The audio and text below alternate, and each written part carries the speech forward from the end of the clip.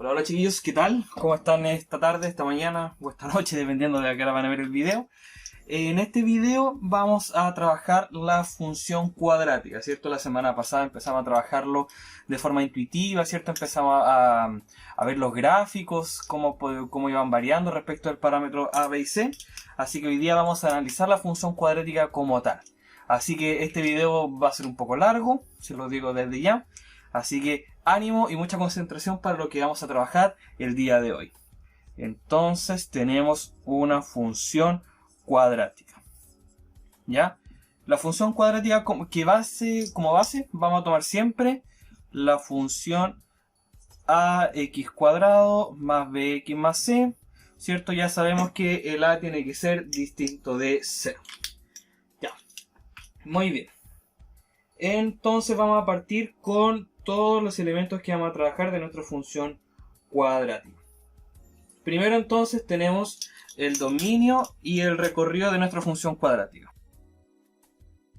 El dominio va a ser siempre los números reales, ¿cierto? No tenemos ninguna restricción de raíces, fracciones ni logaritmos, así que el dominio de mi función cuadrática va a ser siempre todos los reales.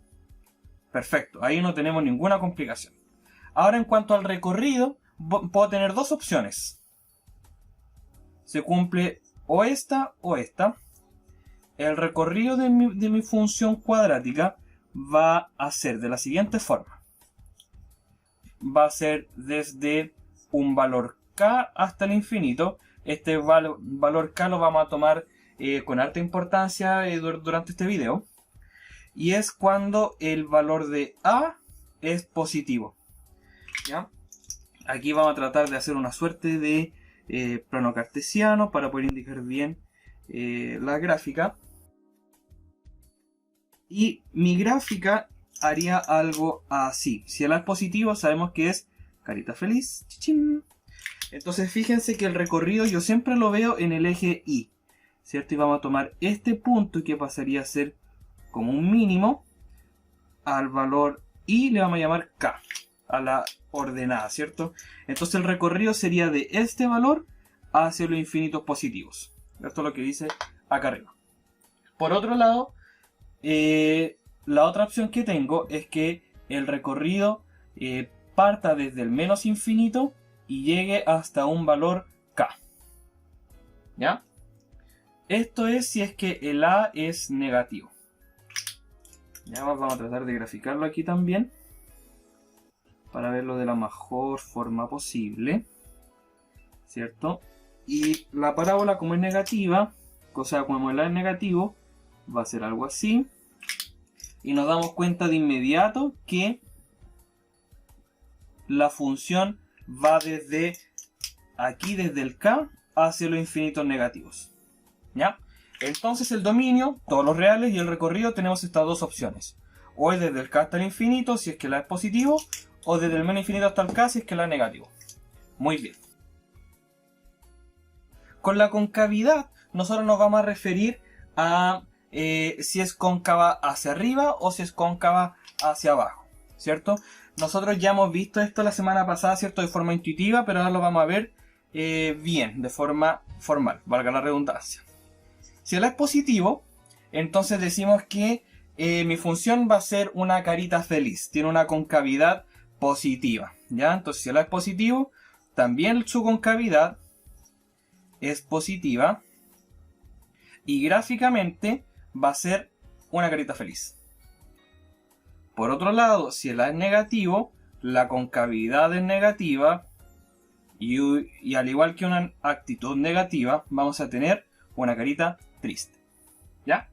Una carita triste. Por otro lado, tenemos la apertura. Quizás todo se ve un poco extraño aquí en la pizarra, pero síganme con la idea. Si el valor absoluto de a es mayor que 1, entonces la función es más cerrada. Es más cerrada. Ya, ¿y qué quiere decir que sea más cerrada? Ya sabemos que mi función cuadrática es algo así, ¿cierto? O para el otro lado si es que es negativa. Que sea más cerrada quiere decir que va a ir cada vez cerrándose más, cada vez cerrándose más, ¿ya? Entonces, a medida que el valor de A va siendo cada vez más lejano al 1 hacia los infinitos positivos, o esto quiere decir que, por ejemplo, aquí está el 0, aquí está el A, aquí está el menos A. Lo que me está queriendo decir este valor absoluto mayor que 1 es que estamos tomando todos los valores de A hacia el infinito positivo o desde el menos A hacia el infinito negativo, ¿ya? Eso es lo que quiere decir esta expresión de aquí. Todos los valores que van desde el 1 hacia adelante y del menos 1 hacia el infinito negativo, ¿ya? Siempre que la esté en este intervalo de mi recta numérica, la función es más cerrada, ¿ya? Por otro lado, los únicos casos que me quedan es cuando el valor absoluto de A está entre 0 y 1. La función va a ser más abierta. ¿Y a qué nos vamos a referir con más abierta? A que, si lo veamos aquí en el inicio de nuestra función cuadrática, va a ser más abierta, va a ser así, ¿cierto? Más amplia, más abierta, ¿ya? Así que a eso nos referimos con más abierta. ¿Y cuáles son los valores que podría tomar este A? Vamos a tener nuestra recta numérica, vamos a poner el 0, vamos a poner el 1, ¿ya? Entonces el A, en este caso, sería todos los valores que están aquí, ¿cierto? Sin contar ni el 0 ni el 1. Todos los valores de A que estén aquí van a tener una forma más abierta, una función cuadrática más abierta. Nos vamos a referir a intersecciones con los ejes a cuando yo tenga mi función cuadrática, ¿cierto? Vamos a dejar aquí un plano cartesiano. Y si yo tengo graficado aquí un plano cartesiano cualquiera, vamos a referir a los puntos de intersección a estos puntos, ¿ya? Estos puntos cuando empecemos a resolver problemas van a ser bastante importantes, ¿ya? Por mientras vamos a trabajar esto en la parte teórica, ¿ya? Por lo tanto, vamos a empezar con la intersección con el eje Y. Ya, si yo estoy en el eje Y, si estoy parado aquí en el eje Y, tomando cualquier valor del eje Y, me doy cuenta que el valor de X es 0. ¿Ya? Por lo tanto, tendría que resolver la ecuación cuando el X valga 0. Y si el X vale 0, nosotros estamos calculando f de 0. Ahí podemos reemplazar fácilmente por 0, ¿cierto? A por 0 al cuadrado 0, más b por 0, 0, me va a quedar solo c. Por lo tanto, este punto que está aquí va a ser el punto 0, c. Y eso siempre va a ser así, ¿ya? No importa de qué forma sea mi parábola, la gráfica de mi función cuadrática, siempre va a chocar en el 0, c, ¿ya? Esto es siempre, siempre, siempre. Por lo tanto, el punto de intersección, el X vale 0 y el Y, la función evaluada, vale c. Así que ahí no tenemos ningún problema. ¿Dónde podría empezar a haber problemas cuando nosotros tengamos que intersectar con el eje X? Porque ahí, si yo estoy parado aquí en el eje X, no tengo ninguna altura. Por lo tanto, el Y vale 0. Entonces, la ecuación que tendría que resolver es cuando el Y vale 0. Y si el Y vale 0, ¿cierto? Llamamos al f de x y tendría que resolver la ecuación ax cuadrado más bx más c igual a 0. Ah, y esta es una ecuación cuadrática. Esto lo vamos a ver en un ratito más. Pero supongamos que ya la resolvimos y tenemos las soluciones. x1 y x2 son las soluciones. Supongamos que ya sabemos resolver, ¿cierto? Y encontramos las soluciones que son x1 y x2.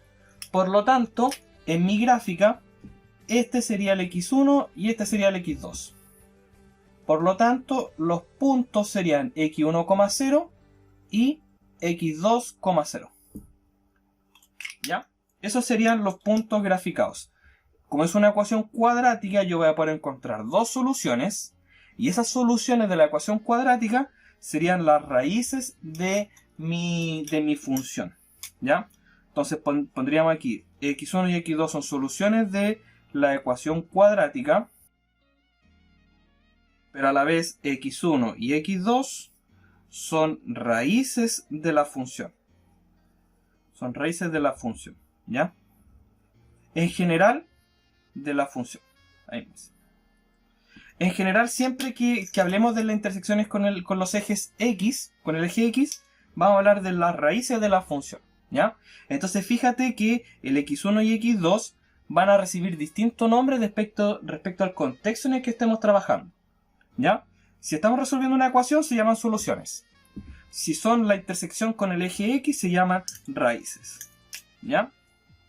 Así que, como les decía, vamos a volver a este tema más adelante, pero teníamos que ver esto gráficamente primero.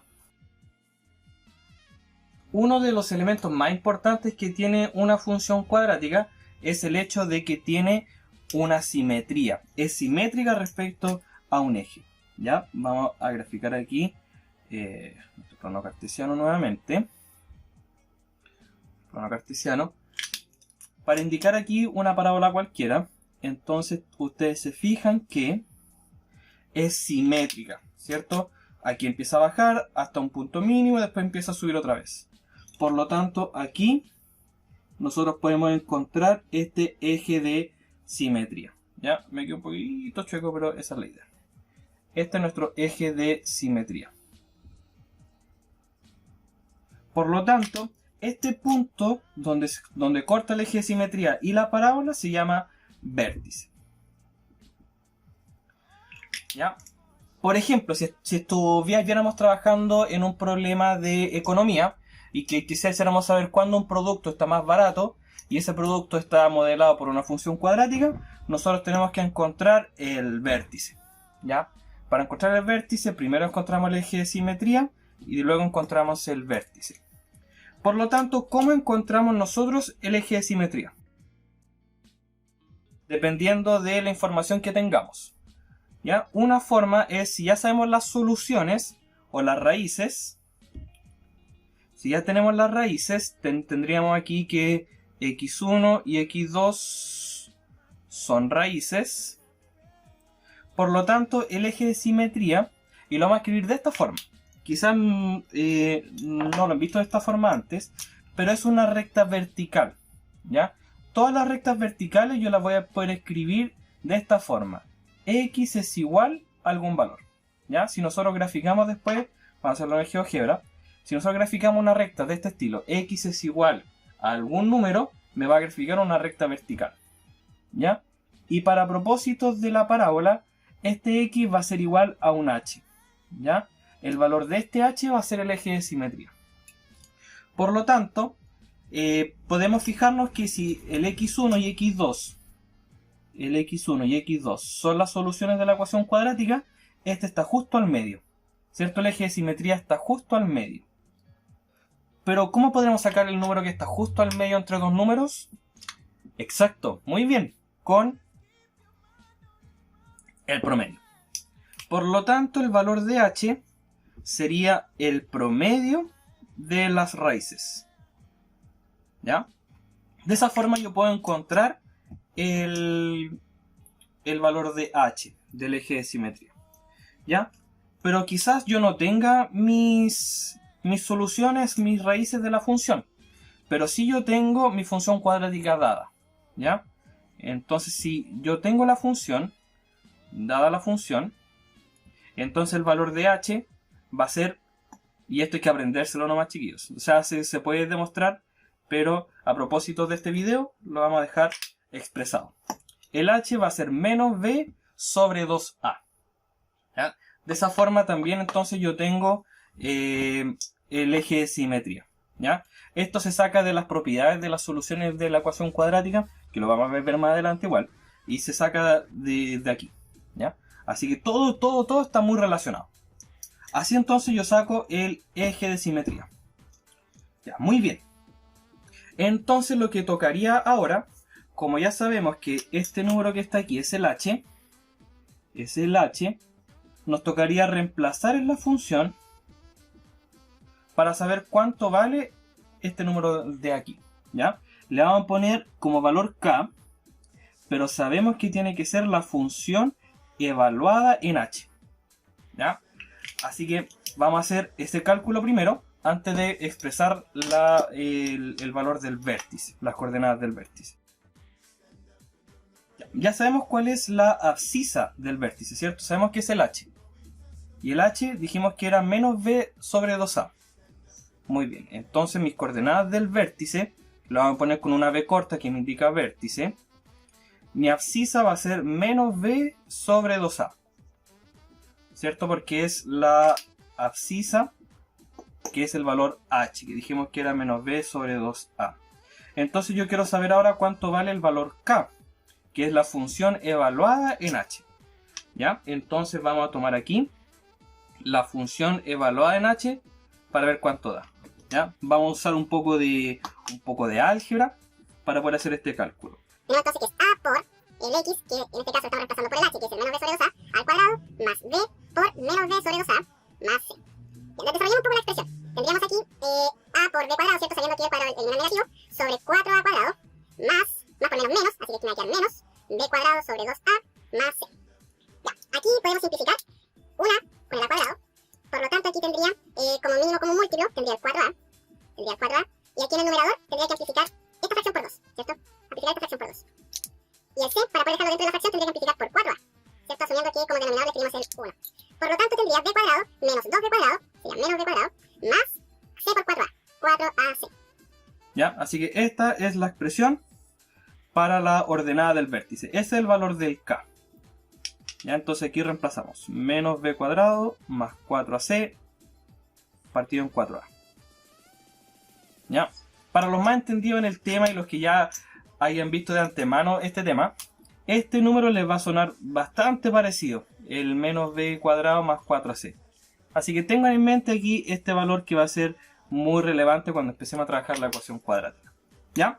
Así que estas son las coordenadas del vértice, ¿ya? Y obviamente, para simplificar un poco los cálculos, vamos a escribir las coordenadas del vértice, como ya hemos dicho, h, k, ¿ya? Así es como nosotros vamos a escribir las coordenadas del vértice, sabiendo que el h vale menos b sobre 2a y que el k vale toda esta expresión de acá.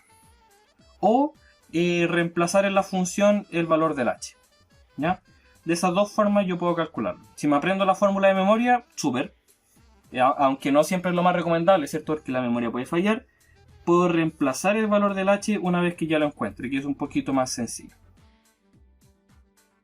Podemos tener ahora un máximo o un mínimo. Como ya hemos visto, la función cuadrática tiene un vértice. Y ese vértice podría estar abajo de la función o podría estar arriba de la función. Y eso va a depender, exacto, del valor de a. Del signo de a, mejor dicho. Entonces podríamos tener dos casos. Si el a es positivo, la función, recordamos entonces que si el a es positivo, es carita feliz, va a llegar a un mínimo. La función tiene un mínimo. ¿Y dónde va a estar ese mínimo? Va a estar en el vértice, ¿cierto? En la abscisa del vértice, en el i igual k, ¿ya? Entonces, aquí tiene sentido si es cierto que no escribamos toda la fórmula para calcular el k, ¿cierto? Sino ponerle solo el valor de k. Entonces vamos a graficar nuestra función cuadrática. Tiene algo así, ¿cierto? Y el vértice, ya sabemos que está aquí en el mínimo. ¿Y cuál va a ser ese valor mínimo? El valor de k. Así que ese es el valor mínimo. Ahora, si el a es negativo, la función va a tener un máximo, ¿cierto? Porque es carita triste ahora. Tiene un máximo. Y ese máximo también va a estar en el vértice. Por lo tanto, decimos que está en i igual k. Por lo tanto, al graficar nuestra función cuadrática, ahora sí va a estar en el otro sentido. ¿Y sí? Tenemos aquí nuestro vértice.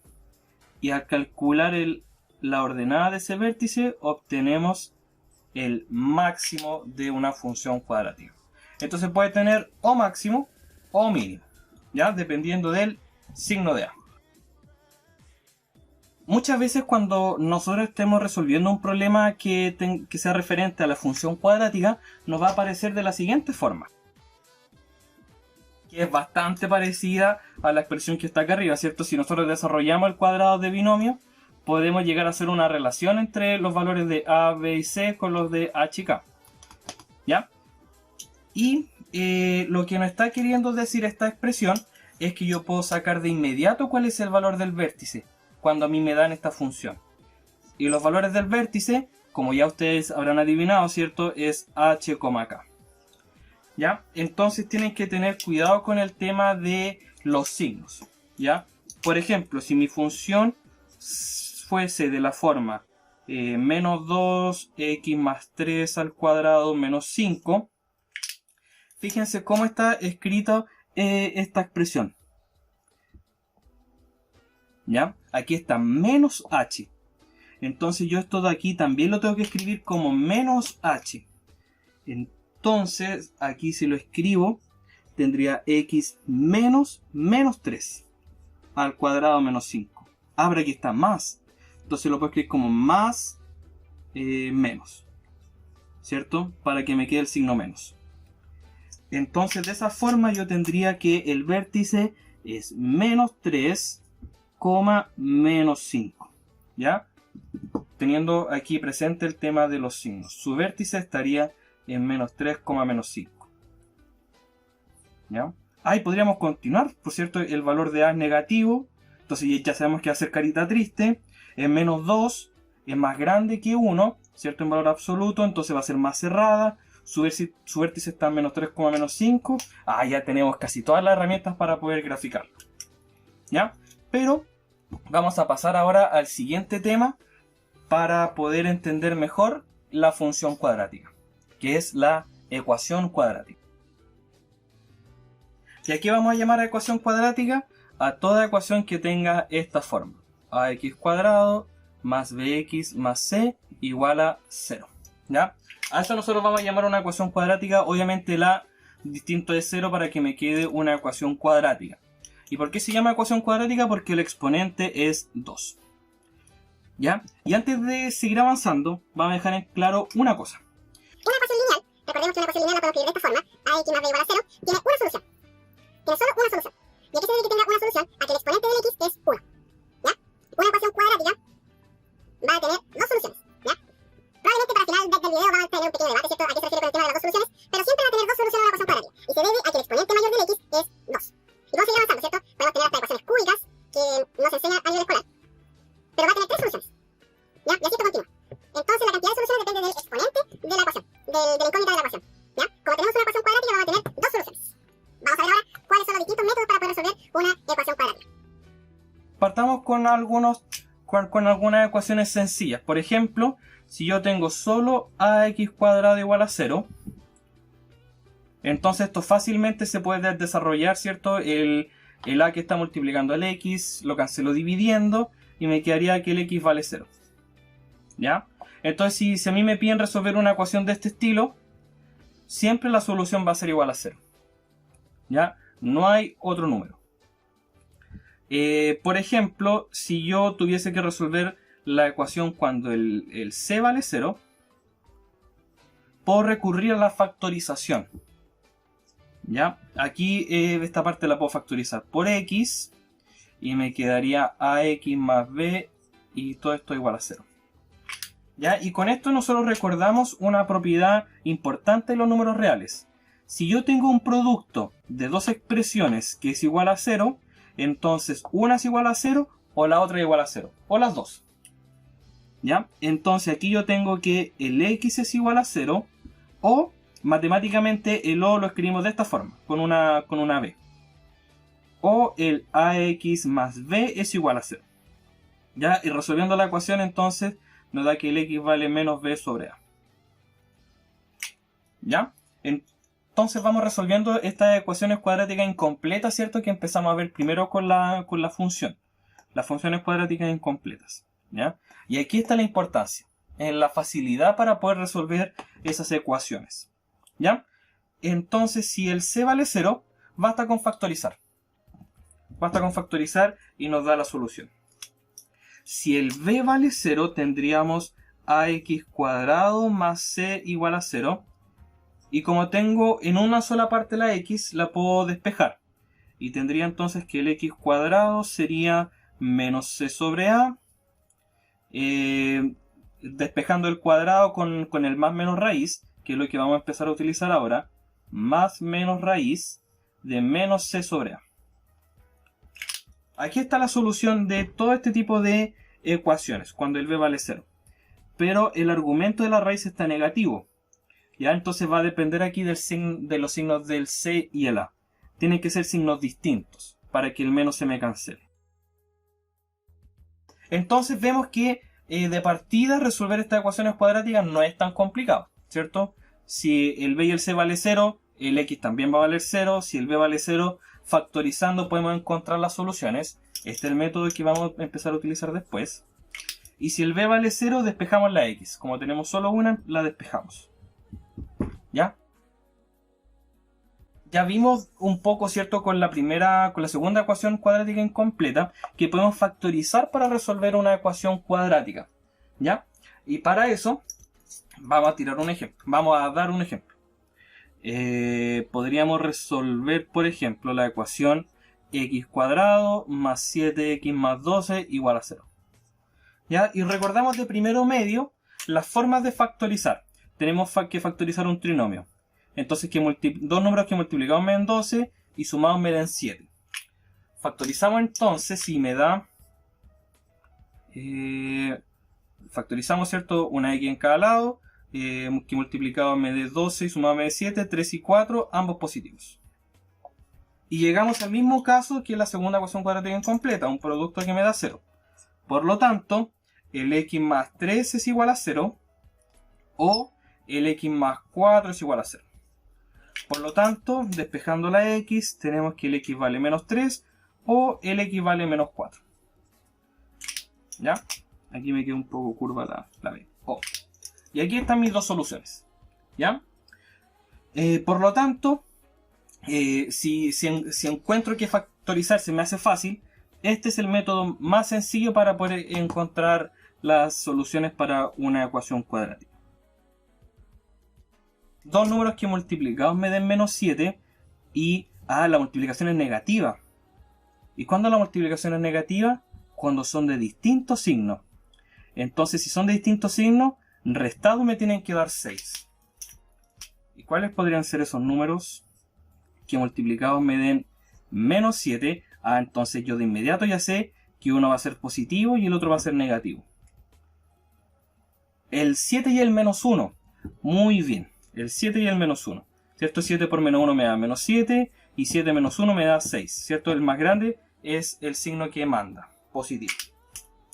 Por lo tanto, hacemos nuestras dos soluciones. El x, podemos saltarnos el paso, ¿cierto? Y decir inmediatamente que el x vale menos 7 para que esta primera expresión se haga 0, o que el x valga 1 para que la expresión valga 0. Fíjese entonces que son los signos contrarios a los números que yo encontré, ¿ya? Es importante, chicos, que no se confundan con eso. Es fácil confundirse con, los dos números que yo encontré aquí son las soluciones. No, son el signo contrario. Los números que tú encontraste eran 7 y menos 1, pero las soluciones eran menos 7 y 1 positivo, ¿ya? Con eso concluimos entonces este primer método para resolver ecuaciones cuadráticas. Vamos al segundo. La fórmula, ¿ya? Esta fórmula recibe hasta un nombre especial porque aparece siempre que nosotros trabajemos con funciones cuadráticas. Y recibe el nombre de chicharronera porque se ocupa para todo, ¿ya?